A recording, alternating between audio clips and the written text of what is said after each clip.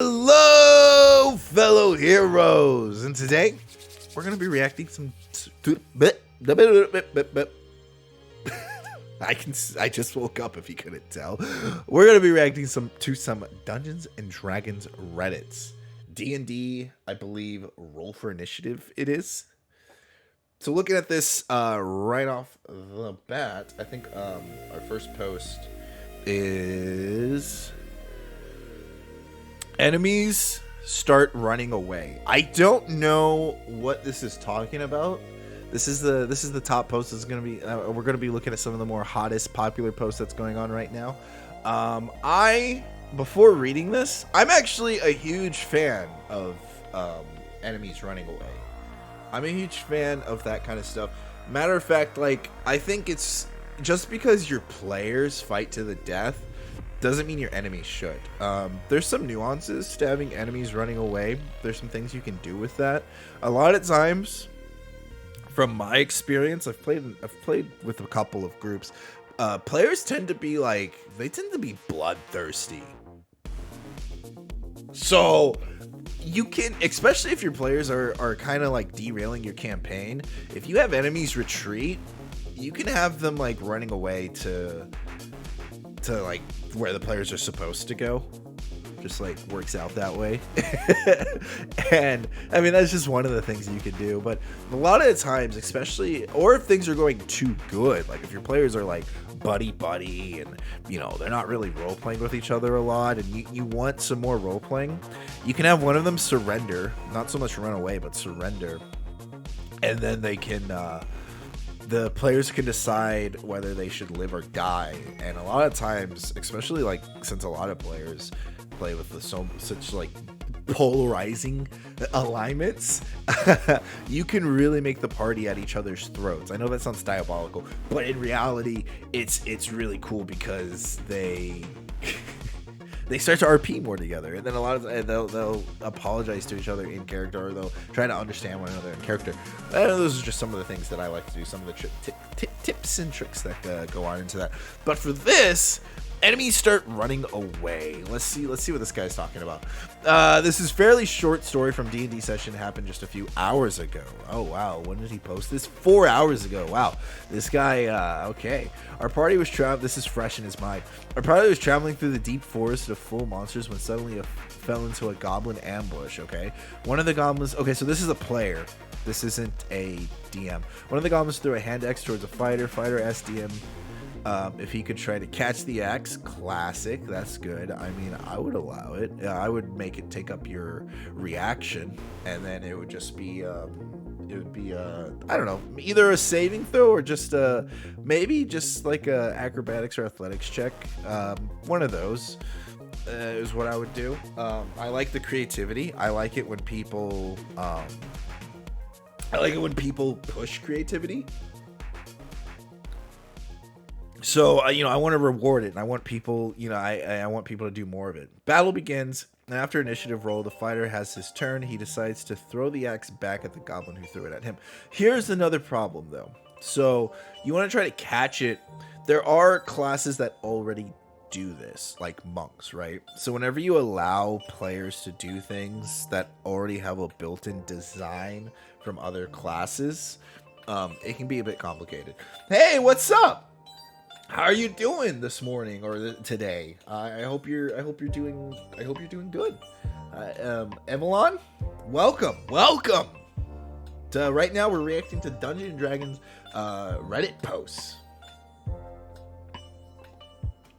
So so it can be because like the monk can catch things, and you don't want to give people to so what I would do in that situation, because it kind of takes away from the fact that the monk has the ability. So I would make the DC just hard. I'd make it 20 or higher for someone to do it. And hopefully that'll help balance out, but you would just have to tweak it. Tweak it, mess with it, see how it goes. Goblin gets hit by the hand axe straight in the face and dies from one hit. Yeah, goblins are pretty weak. DM describes how the other goblins look in horror at just what happens, and half of them, 3 of the goblins, start to run away terrified. It was a good fight. I see people are confused in the comments, so I made it clear. Our fighter didn't throw his axe back as as his reaction. That's so funny because that's what I said. That's another thing. I would just use the reaction to catch it. I wouldn't allow them to throw it right back because, again, the monk has the ability to do it. He grabbed it, and then when the first round started combat, he used his throw except throw it. That's cool. I mean, let's like it. So this guy is just happy at what happened. This guy's really like happy at just the fact that 3 goblins were scared. I think this is a cool DM. This is a DM that likes to have fun and a DM that wants his people to do it. I'm making maps in Roll20 for a game in April. It's not D&D though, it's Hero Kids. Oh, I've never heard of Hero Kids before. A map in April. Man, this is gonna be one good ass map. It's gonna be. I make my maps. Sometimes I make my maps an hour before my session starts. Sometimes I'm just like, I wake up and I'm like, go through my day. Everything's good. 5 hours into my day. Oh, D&D starts in 3 hours. I'm like, oh shit. Ooh, duh. Throw things in. Let's look at some of the comments. Badass, simply badass. Yeah, it was perfect beginning for an old session to boot. Yeah, I mean, it's just it's a good story. It's a good feel-good story. There's nothing. I think that's good. So we're starting off good. We're not talking about how toxic people have to get rid of things. I like it. We'll give that an updo. We'll give that a D4. A D4 dice.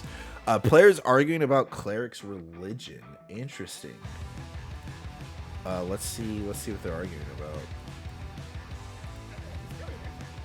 They're like 9 years older than the adult date when How am I in the wrong? Are you recording? How are you not in the wrong, Wisteria? I expected you to act like fucking adults. Like Fucking you said, adults? we're not. Like, We're we're supposed to supposed go to back. go. Well, really, You're supposed to go back to the inn. Hey, Wisteria, you were supposed to go straight to the inn. What did you do? You started a fucking cult. Oh, this is classic. This is classic. In their defense, it's not a cult. It is not. You said it is not a cult. How dare you say that about me? Okay, so I think she's the cleric. Do you hear this? Can I have some context? I think she's the cleric. She's the religious one. Where did you find these bitches? Why are they all found? Why are they all doing things? No bitches. No, bitch. Clarence, shut your mouth. We have That like is not very how little words context to do go this. off of. There is a bowl of candy though, so this is a good group of friends. That's like a single. I'm a sucker for candy. The fact that these guys got a nice bowl of candy here, just chilling out.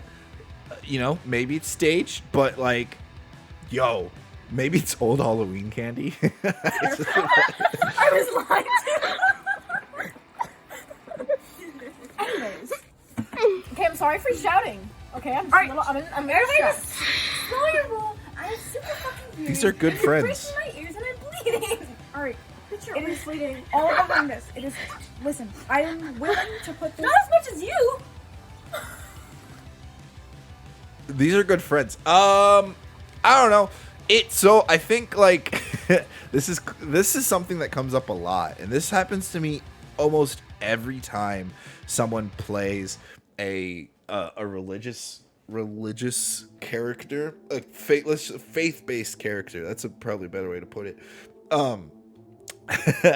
They always end up doing something bad, right? Like they always end up doing something that questions the faith that they're following. I'm a huge fan of faith-based characters. My first character was a faith-based character, but and he was a pacifist, which was interesting to play, and it was so fun. It was so weird because I was full of a party with a bunch of murder hobos. Like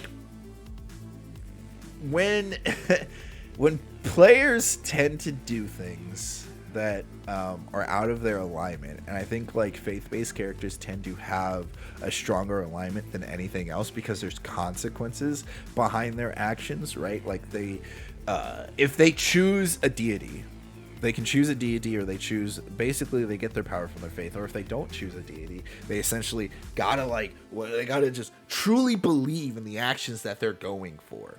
And whenever you like go down that path and you're like, oh yeah, this is I'm a goody two shoes, or I'm a really bad rebel, and then you decide to make a cult or help people, which, you know, or you want to kill someone. I had a dude that was a pacifist, but he was raised, it was a good character concept. He picked a deity that was a pacifist, but he was raised by a military, like Spartan like culture, and he wanted to be he was real interested in this pacifist ways, but he would murder people all the time. Murder, not kill people, not out of like self-defense, not out of like getting attacked by a bunch of goblins and then saving himself. No, he would just straight up, like, he would catch someone, murder them, and then I'd be like, dude, your deity doesn't even like you using weapons, and here you are doing all this stuff, and it just becomes a whole thing. So sometimes people have good ideas, but they execute it really weird, and as a DM, you can I guess it's up to your like discretion. It's really up to your discretion how you want to do that, because you got to be careful. So I've always, almost every time, like I have these chaotic players who try to be good, who try to force themselves to be good by playing a faith-based character, and I guess they're just not capable of doing it. But I take that shit away from them every time. I'm like 3 strikes, you're out. I'm like, hey, I tell him, I was like, look, your medallion, it's not, you're not feeling as much power. There's a crack, there's a chip. Oh, it's broken. Your medallion is broken. Like, I'm like warning them, like, you're feeling disconnected from your faith. And then I'm like, boom, your powers are gone. They're gone. Do it. Take away their powers, make them go back to their faith, or have them find a new faith. Have them find something that fits their current alignment. Because a lot of times people don't realize what they're playing. People really don't realize, like, yeah, I want to make this type of character, but they end up playing it completely differently, and that's okay. Like, it's kind of like a self-discovery journey that happens. This is cool. I like that. Okay, what's this next one? There's only about 1 in 4,000 chance here that I die instantly. Oh no. Is this a complainer? Dude, he wrote a freaking essay. All right, we're going to skim through this. An incredible moment from my group's most recent session. Okay, so it's not a complainer. A big boss fight currently towards its final stages, low health and low spell slots. Okay. Somehow everyone in the party still up. We thought we were seeing the light at the end of the tunnel when a crit downed our tanky barbarian. Oh, those feel so good, especially when, like, if it's just a boss against the party, which I don't recommend. You don't want to put the boss just against the party. Don't do that. It doesn't matter if the CR's on level. Having 4 to 7 people go before one person is never good. It's never good. A tanky barbarian, that was obstacle between the enemy and the party. Okay. Then up comes the wizard's turn. I cast life transfer. What? You cast life transfer? I guess that's the only way. I wonder if that's like the closest thing they have to a healer. No one knew she even had the spell. It was a recent pickup, but it seems to come in a very clutch, and everyone's celebrating. Yeah, dude, that is a clutch. It might not have been the most optimal move. So life transfer is basically how it sounds. You roll dice and you give that much health up to the person. You only need to give up 1 point of health to bring someone up. The wizard was on 1 HP.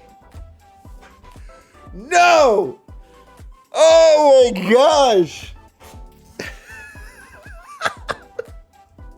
This daredevil of a wizard! What is going on? Okay, she'll go down. It's a trade.